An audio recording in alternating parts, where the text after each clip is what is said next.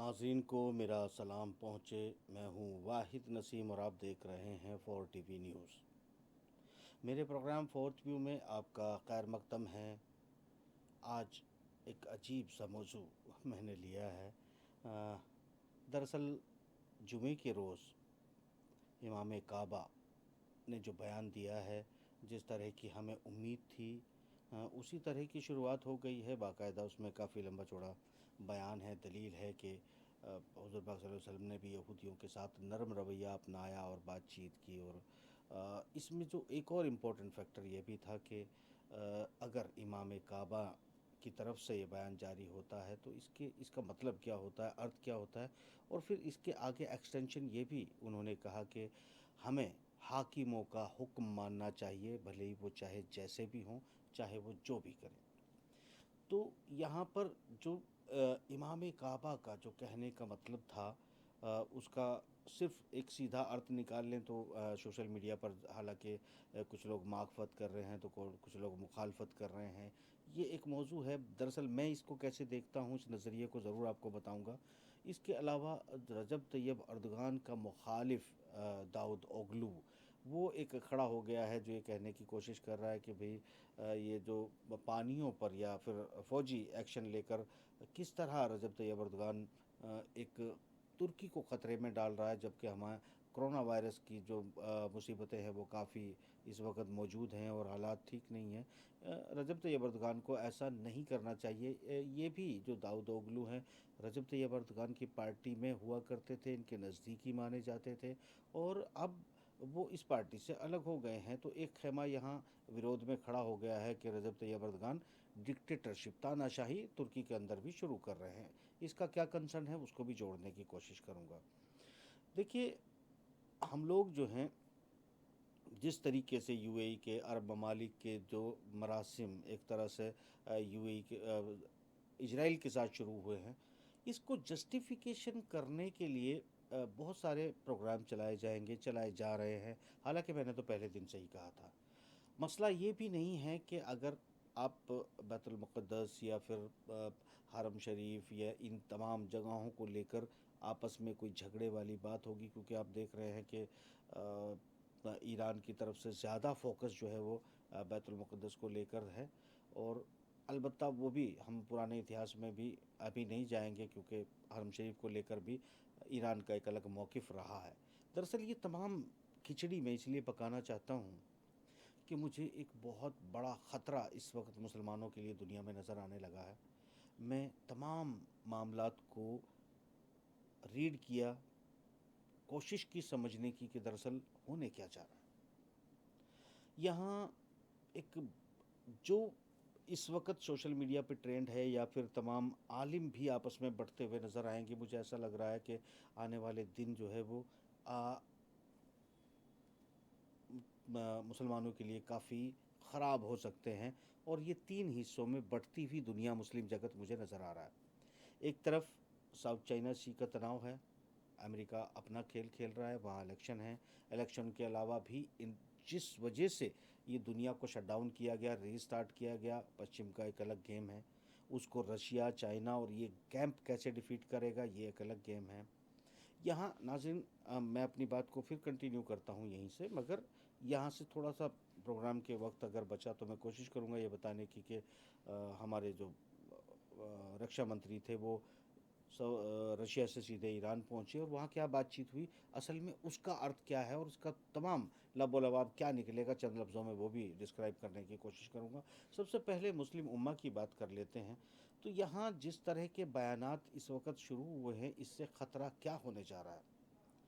अभी आप आने वाले दिनों में देखेंगे कि कुछ आलिम वो यकीनी तौर पर सऊदी अरब के साथ खड़े होंगे, इमाम काबा के साथ खड़े होंगे। और यहाँ से पूरा पैगाम दे दिया गया है कि भाई, अगर यहूदियों के साथ अच्छे ताल्लुकात बनाए जाएं तो हुज़ूर पाक सल्लल्लाहु अलैहि वसल्लम ने भी नरम रवैया अपनाया, उनमें से बहुत से लोग ईमान भी लाए। और एक पूरी तरह से ये वही जगह है, ये वही मकाम है जहाँ से चंद हफ्ते पहले तक तमाम दुनिया को इज़राइल के लिए, यहूदियों के लिए, ज़ायनिस्टों के लिए बेसिकली वो एक सख्त तनकीद और इवन बहुत अलग तरह के इनके मुखालफत में लफ्ज़ का इस्तेमाल किया जाता था, जिससे तमाम दुनिया सैकड़ों सालों से तमाम एक ऐसा इंतशार पैदा हुआ कि बातचीत करना मुसलमान जो है वो यहूदी से पसंद नहीं करता था, ज़ोहनिस्ट से पसंद नहीं करता था। ये स्थिति भी, ये हालात भी इसी जगह से जो है वो स्टार्ट हुए, जो एक्सट्रीम पर पहुँचे। और आज हम रिवर्स गियर में नर्म रवैये की बात करने लगे हैं। आज से 1.5 साल पहले तकरीबन मैंने अपने एक मुबाहिसा प्रोग्राम में इस चैनल पे आपको याद होगा कि मैंने कहा था कि आने वाले वक्त में पेंटागन और अमेरिकन थिंक टैंक ने ये कहा है कि हम सऊदी अरब में नर्म सॉफ्ट इस्लाम की शुरुआत करेंगे, जो कि सॉफ्ट साहित्य यानी लिटरेचर अदब जो है वो दुनिया तक पहुंचेगा, और ये इस्लाम जो रेडिकल इस्लाम है वो ख़त्म हो जाएगा और एक सॉफ्ट इस्लाम जो है वो उभर के सामने आएगा। तो यानी कि अब सवाल ये है कि ये ऑपरेशन कहाँ से हो रहा है, ये समझने की ज़रूरत है। और इसमें अब खेल क्या होने जा रहा है, आपको क्या लगेगा? देखिए, मुझे कोई, मैं एज ए साफ़ी बता रहा हूँ कि इसका निचोड़ क्या निकलने वाला है। दरअसल आप इसको थोड़ा सा बारीकी से समझ लीजिए कि अब तीन खेमे, यानी कि एक तरफ रजब तैयब अर्दगान का जिक्र किया है कि वो आगे बढ़ रहा है, ललकार रहा है अपने दुश्मनों को और अपने हुकूक की बात कर रहा है। आज के मौजूदा हालात में जो बयान दिया है रजब तैयब अर्दगान ने, वो कहा है कि ये सब जो ट्रीटियां हैं फाड़ दो इनको, हमारा जो हक है हम ले रहे हैं। और साइप्रस को भी एक तरह से थ्रेट कर रहा है कि भाई अब वो बातचीत करने के लिए, साइप्रस का कहना, ग्रीक का ये कहना है कि भाई आप यहाँ से अपने जहाज़ हटाइए और फिर उसके बाद बातचीत करेंगे। तो रजब तैयब अर्दगान कह रहा है कि ये यही रहेगा, जो कुछ चल रहा है वो चलता रहेगा, बात करनी है तो हम बात करने के लिए तैयार हैं। तो कुल मिलाकर एक अडिग, अपने रवैये पर अडिग होते हुए, और अभी 2 दिन पहले फ़िलिस्तीनियों ने इकट्ठे होकर जो एक सलाहुद्दीन अय्यूबी या खिलाफत उस्मानिया के उरूज का जो नमूना पेश करके रजब तैयब अर्दगान को मतलब याद दिलाया या फिर उससे उम्मीद लगाई, दोनों ही बातें हो सकती हैं। अगर ये दोनों बातों को हम देखते हैं तो यहाँ एक अलग पैटर्न पे इस्लाम की को लीड करने के लिए रजब तैयब अर्दगान निकल पड़े हैं, चल रहे हैं। उनके खिलाफ भी उसी के खेमे में से लोगों को तैयार कर दिया गया है, जो इंटरनल इशू उठाकर रजब तैयब अर्दगान को रोकने की कोशिश करेगा। दूसरी तरफ हम अगर इमाम काबा की तरफ से सॉफ्ट ताल्लुकात की बात की जाती है, तो ये एक पैगाम दे दिया गया है कि आने वाले दिन हमारे इजराइल के साथ संबंध कैसे होंगे। और इसके बाद जो अभी तक हमारे पास जो ख़ास टॉपिक होता था, किसी भी तकरीर का हिस्सा होता था, बातचीत का हिस्सा होता था, घूम फिर कर तमाम मुसलमान दुनिया भर के इजराइल पर आ जाते थे, फ़लस्तीन पर आ जाते थे। शायद ये अब एक हिस्से का एक धड़ा जो है इसको छोड़ देगा, और एक धड़ा, चूँकि यहाँ पर हुक्मरानों के हुक्म की बात भी मानने की बात की गई है। ये भी सही है कि आखिरी खुतबा हुज़ूर पाक सल्लल्लाहु अलैहि वसल्लम ने भी ये कहा था कि अपने हाकिमों का हुक्म मानो। तो शायद उसका इस्तेमाल कैसे हो रहा है ये मैं नहीं जानता हूँ, ये तो आलिम लोग, आप लोग आपस में बात कर लीजिएगा। मैं तो सिर्फ आपको याद दिला रहा हूँ।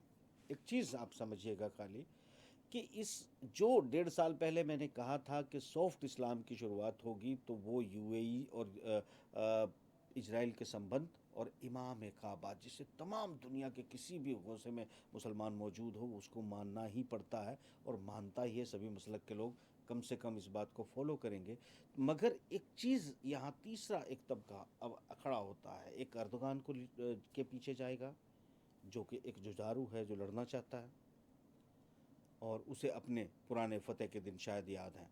दूसरा एक तबका है जो अभी तक इज़राइल, यहूदियत, ज़ायनिस्ट, और एक थ्योरी जो दी थी, एक थॉट दी थी जिसमें तमाम मदरसे, तमाम इस्लामिक एजुकेशन, ये सब कुछ इस बात पर मुनसर थी, और वो तमाम जो जुमले थे वो इस्तेमाल किए जाते थे जो इज़राइल के यहूदियों के, ज़ायनिस्टों के ख़िलाफ़ जाते हों।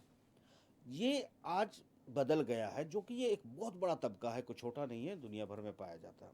एक और तबका है जिसने हमेशा बीच बीच का रास्ता भी अपनाया, और इसमें एक और सिर्फ बीच का तबका भी नहीं कह सकते, कि इसमें मैं ये समझता हूँ कि ईरान का मौक़िफ़ हमेशा ये रहा है कि अगर सऊदी अरब अ, हरम शरीफ का मुंतज़िम है, तो किसी तरीके से अगर बैतुल मुक़द्दस जहाँ अम्बिया इकराम की बहुत सारी निशानियाँ हैं, बहुत सारी मज़ारें भी हैं, कब्रें भी हैं, बहुत यहीं पर मतलब कोहे तूर और ऐसी सब चीज़ें हैं, वो पेड़ भी है जिसकी पेशन गोइयाँ की गई हैं। यानी एक इस्लामिक टूरिज़्म के लिए एक जहाँ पर हज करने अगर कोई जाए और इस्लाम की रिवायतों को समझे, तो यकीनी तौर पर उसको यरूशलेम और बैतुल मुक़द्दस, मस्जिद अक़सा, यहाँ सब जाने की ज़रूरत पड़ती है। और कोहे तूर पर जो है वो ज़रूर सफ़र हर मुसलमान करना चाहेगा। तो ये भी एक बड़ा हिस्सा है। तो ईरान कम से कम अगर हरम शरीफ के मुंतज़िम नहीं हो सकते तो बैतुल मुक़द्दस का इंतज़ाम तो हाथ में आ जाए। ये आज मैं पहली बार कह रहा हूँ इसको, इस कोशिश को आप समझिएगा कि मैं देखिए एज ए जर्नलिस्ट पोस्टमार्टम कर रहा हूँ, इसको समझ लीजिएगा। हर कोई इसको मसलक से जोड़ेगा, मज़हब से जोड़ेगा। जिस तरह आज यहूदियत के ख़िलाफ़ एकदम नरम रवैया अपना लिया गया सऊदी द्वारा, जहाँ से ये एक ख़ास सख्त नज़रिया अपनाया गया था। ISIS आपको बहुत सारे आतंकवादी संगठन जो इस्लाम के अलग कट्टर परचम को लेकर, इवन आप तालिबान के रवैये को भी अगर आपने पहले देखा होगा, क्योंकि ट्रेनिंग जो है उस वक़्त सऊदी से ही उसामा बिन लादेन जो है वो लीड कर रहे थे। तो पढ़ने जाने वालों को गोली मार देना, पर्दे को बहुत सख्त कर देना, बहुत हार्ड इस्लाम के चेहरे को लाना, और यहाँ तक कि बहुत सारे मामलात, और फिर आज सऊदी अरब में उन्हीं को आप अलग से बिना गैर महरम के चल देना और ड्राइविंग लाइसेंस इशू करना। मतलब जब चीज़ें बदलती हैं तो अब धीरे धीरे मेरे ख्याल से तालिबान भी बदल जाएंगे, क्योंकि जड़ें जुड़ी होती हैं, सोच जुड़ी होती है। मैं ये देख रहा हूँ कि जो कुछ लोग मेरे सोशल मीडिया पर आते थे, और जब मैं ये कहता था कि ये अच्छा नहीं है कि धीरे धीरे ये लोग इजराइल के नज़दीक जा रहे हैं, तो सोशल मीडिया पे लोग मुझे जवाब दिया करते थे कि नहीं, दरअसल ईरान जा रहा है, आप झूठी बात कर रहे हो, और तुर्की के ताल्लुकात हैं, ये बहुत सारे दलील देते थे और लड़ते थे मेरे साथ सोशल मीडिया पे। आज वो पूरी तरह से ये बात मानने के लिए तैयार नहीं है, बल्कि ये कहने के लिए तैयार हो गए हैं पूरी तरह कि ये तो ठीक है अगर हम मुसलमान यहूदियों से, इजराइल से संबंध बनाता है, मगर तुर्की और ईरान पर कतई भरोसा नहीं किया जा सकता, ये फिर भी गद्दारी करेंगे। अब ये कहाँ जाके गद्दारी करेंगे मुझे नहीं पता है। ये एक सैंपल बता रहा हूँ साइकोलॉजी का आपको इंसानों की, कि वो कल जब उनके आका बदलते हैं तो नीचे तक के जो लोग होते हैं वो सब बदल जाते हैं, भाषाएं ज़बानें बदल जाती हैं। यही होने जा रहा है कि एक खेमा जो है वो यहूदियों के साथ घुलेगा, मिलेगा, राब्ते करेगा, कारोबार करेगा, बिजनेस करेगा, दूसरा उसकी मुखालफत करेगा, तीसरा युद्ध करने की बात करेगा। तो जहाँ तक ये एक बात मैं ये नाज़रीन पहले से आपको बता दूं कि एक दौर ईरान का भी था 73 से पहले का, वो पूरी तरह इजराइल के साथ ही थे, इजराइल और अमेरिका के साथ ही हुआ करते थे, जिसको आज हम बैतुल मुक़द्दस की आज़ादी की गारंटी मानकर चलते हैं, जिसे हिजबुल्लाह कहा जाता है। वो हिजबुल्लाह दरअसल जो है, आप तमाम इतिहास जान लीजिएगा, हिजबुल्लाह को इजराइल की हिफाजत के लिए बनाया गया था, जो फ़लस्तीनियों से इनकी हिफाजत करता था। फिर उनकी स्टेट की पॉलिसी चेंज हो गई, स्टेट की पॉलिसी चेंज हुई तो हिजबुल्लाह जो इजराइलियों की हिफाजत करता था वो इजराइलियों पर वार करने लगा। ठीक उसी तरह जब सऊदी की स्टेट पॉलिसी चेंज हुई है, तो इससे जुड़े हुए जितने इदारे हैं, मदरसे हैं, लोग हैं, आलिम हैं, मुझे लगता है सब बदल जाएंगे, और एक बहुत बड़ा इंतशार लोगों में पैदा होगा। हर देश के अंदर 2 या 3 धड़े जो है वो खड़े हो जाएंगे और इन विचारों की लड़ाई को लेकर लड़ना शुरू करेंगे। तो एक जो सूरत हाल है वो ये होती जा रही है कि देखिए जिस तरीके से आज तमाम आलम इस्लाम वो आपस में टकराव की तरफ बढ़ रहा है, ये काफ़ी ख़तरनाक है, और ये आने वाले दिनों में रुकने वाला नहीं है। पाकिस्तान में भी आपको मैं 2-3 मौलानाओं को मैं जानता हूँ, शायद पाकिस्तानी नहीं जानते होंगे, उनके यहाँ एक मौलाना किसी को डीजल कहते हैं, उनकी तमाम बातें वो मैं जानता हूँ कि हालांकि उस पाकिस्तान को भी वो घेरने की कोशिश करेंगे, और दूसरे भी वहाँ पर कई मसलक हैं वो भी खड़े हो जाएंगे।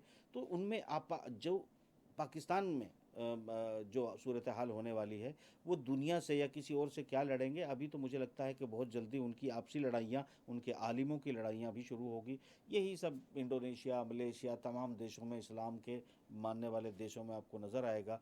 और हिंदुस्तान में वो भले ही अपना तहफ़्फ़ुज़ न कर पा रहे हों, भले ही उनके पेट में रोटी ना हो, भले ही उनके पास जो है एनआरसीसीए की तलवार उनकी गर्दन पर रखी हो, भले ही वो दहशत में ज़िंदगी जी रहे हों आप किसी और की, मगर आपस में लड़ने के लिए आस्तीनें चढ़ाना शुरू कर दी हैं। और धीरे धीरे ये लड़ाइयाँ, जैसे जैसे हिंदुस्तान में अमन होता जाएगा, यहाँ पर भी मुसलमानों की आपसी लड़ाइयाँ आपको देखने को मिलेगी। ये एक बहुत ही ख़तरनाक साजिश के तहत इस प्रोग्राम को आगे बढ़ाया गया है।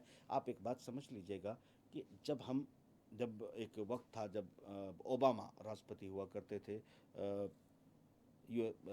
अमेरिका के, हम इसी मंच से बैठकर बात कर रहे थे, मुबाहिसा प्रोग्राम था। जब मैंने कहा कि भाई ये जो आने वाला वक्त है उसमें आईएसआईएस ख़त्म हो जाएगा और उसमें ज़्यादा वक्त नहीं लगेगा, तो वो उसी वक्त उसी ड्यूरेशन के अंदर ख़त्म हो गया। और ख़त्म होने के बाद फिर जब आगे वक्त आया तो मुझसे बड़ी क्यूरोसिटी के साथ बाकर साहब ने पूछा कि क्या अब आपको लगता है कि गल्फ़ में अमन हो जाएगा? मैं कि नहीं होगा। मैंने उस वक्त ये जवाब दिया था कि आने वाला वक्त ये होगा कि फ़िरक़ों में, शिया सुन्नियों में और दूसरे आपस के ही मसलकों में लड़ाइयाँ शुरू हो जाएंगी। ये रोड मैप तैयार हो चुका है, धीरे धीरे एग्जीक्यूट होगा जहाँ आज हम पहुँच चुके हैं। ये एक, माफ़ करना, किसी एक इंसान का काम नहीं है, पूरे एक थिंक टैंक का काम है।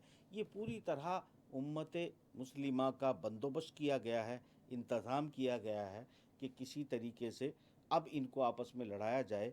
और अब ये इकट्ठा एक मंच पर नहीं आ पाएंगे, जबकि ये जानते हैं कि दो बहुत बड़े ब्लॉक बने हैं, उन दो ब्लॉक में ये सब शामिल हैं, मगर आपस में भी लड़ेंगे। मुस्लिम जगत के पास बहुत पैसा था, टैलेंट था, बहुत आगे ये जा सकते थे, मगर इनके हुक्मरान हमेशा, चाहे वो रूस के साथ रहे हों या अमेरिका के साथ रहे हों या अब चाइना के साथ रहे हों, हमेशा इन्होंने अपने अपने देशों को ऐशो आराम की चीज़ें तो मुहैया कराई, मगर इन्होंने कभी भी तरक्की याफ्ता रूट को नहीं अपनाया जिससे दुनिया के साथ फ़ाइट कर सके। वजह क्या है? बड़े थोड़े से लोग हैं यहूदी। मुझे भी कोई नफ़रत नहीं है, मुझे भी उनसे कोई चिढ़ नहीं है, इंसान है, मखलूक है, अल्लाह की पसंद की गई मखलूक है। देखिए, एक चीज़ आप समझिएगा कि उनके अपने रवैये हैं, अपनी तरीके हैं। मुझे तो ख़तरा ये है कि आने वाले दिनों में लोग जो हैं, जो यहूदियों के साथ इनके कारोबार करें, क्योंकि उनका अपना एक नज़रिया है जो बहुत पुराना था। उसके बाद बहुत सारे अम्बिया इकराम आए और नबी आए और उसके बाद चीज़ें बदलती गई वक्त के साथ। अब वो वहीं अपनी जगह पर रिजिड हैं, तो कोई कुछ कर नहीं सकता। वो लोग जिस तरीके की ज़िंदगी जीते हैं, मुझे लगता है कि आने वाले बहुत से मुसलमान अब उसमें यहूदियों के साथ कारोबार करके, जुड़ के, उनके साथ उनकी दावतें करके जो है आगे बढ़ेंगे। और कुछ लोग उनके साथ लड़ने के लिए मुखालफत करेंगे। तो एक अजीब सी स्थिति में ये जो मुस्लिम कौम है वो नज़र आ रही है जाते हुए। यहाँ एक बात और है कि तमाम जितने भी हुक्मरान हैं, चाहे वो पाकिस्तान के हुक्मरान रहे हों, चाहे वो अरब के हुक्मरान रहे हों, चाहे ईरान के हुक्मरान रहे हों, ये तमाम लोग जो हैं कहीं ना कहीं जो सुपर पावर्स अपने वक्त की रही हैं, इनके हुक्मरान उनके लिए काम करते रहे हैं। और अपनी कौम को और इस्लाम को इन्होंने पूरी तरह से राजनीतिक इस्तेमाल के लिए दिया है। रूस को भी दिया है, अमेरिका को भी दिया है, चीन को भी दिया जा रहा है। दरअसल इनका अपना कोई वजूद नहीं रहा और इनको कंट्रोल करने का सबसे आसान तरीका था कि हम, जैसे देखिए, माफ़ करना, मैंने आपको पहले ही वार्निंग दे दी थी कि आने वाले दिनों में बाकायदा यहूदियों के समर्थन में बयान आने शुरू हो जाएंगे। और आज वो बयान आप देख रहे हैं कि इमाम काबा की तरफ से आ चुका है। तो मैं ये, आप इससे छोटों की अगर आप बात करो, अगर आप नीचे की लाइन में आ जाते हैं तो कौन बचता है, ज़रा बताइएगा। मैं अगर इल्ज़ाम लगाता तो मैं गलत था। एजेंडा चलता है एक सेंटर जगह से और वो नीचे आखिर तक पहुंचता है। तो अगरचे आप चाहते हो कि तमाम, माफ़ करना, हिंदुस्तान में बहुत बड़ी तादाद, दुनिया में लगभग इतना बड़ा कोई मुसलमानों का देश नहीं है जितना हिंदुस्तान है। एक बार फिर आपको याद दिला रहा हूँ, इंतशार में मत जाना, लड़ना मत। अपने आप को और इस्लाम को पूरी दुनिया में महफूज रखने के लिए आपके पास इल्म भी है, सूझबूझ भी है, आपके पास प्लेटफॉर्म भी है जो अल्लाह ने आपको प्रोवाइड करवाया है। तो आप याद रखिएगा कि मैं यही इतना ही कहूँगा। हालांकि मुझे अमन नज़र नहीं आ रहा, आगे चल के इस पर तज्ज़िया ज़रूर करेंगे, पर फ़िलहाल मुझे कोई ऐसी उम्मीद नज़र नहीं आ रही। मुझे आपसी लड़ाई नज़र आ रही है और इसमें बहुत सारी बातें करनी थी, शायद आज वक्त कम है तो नहीं कर पाऊँगा। तो इंशाल्लाह मगर अगला प्रोग्राम फोर्थ व्यू का मुकम्मल जानकारी देने के लिए करूँगा और कोशिश करूँगा कि रात को कोई एक छोटा वीडियो आपको फोर्थ व्यू पर दूँ, जिससे आपको ईरान यात्रा के बारे में कोई ना कोई जानकारी राजनाथ सिंह के बारे में दूँ। फ़िलहाल इस प्रोग्राम में मुझे दीजिए इजाज़त। इंशाल्लाह अगले ज़िंदा रहे तो अगले प्रोग्राम में फिर मिलते हैं। फ़िलहाल खुदा हाफिज़।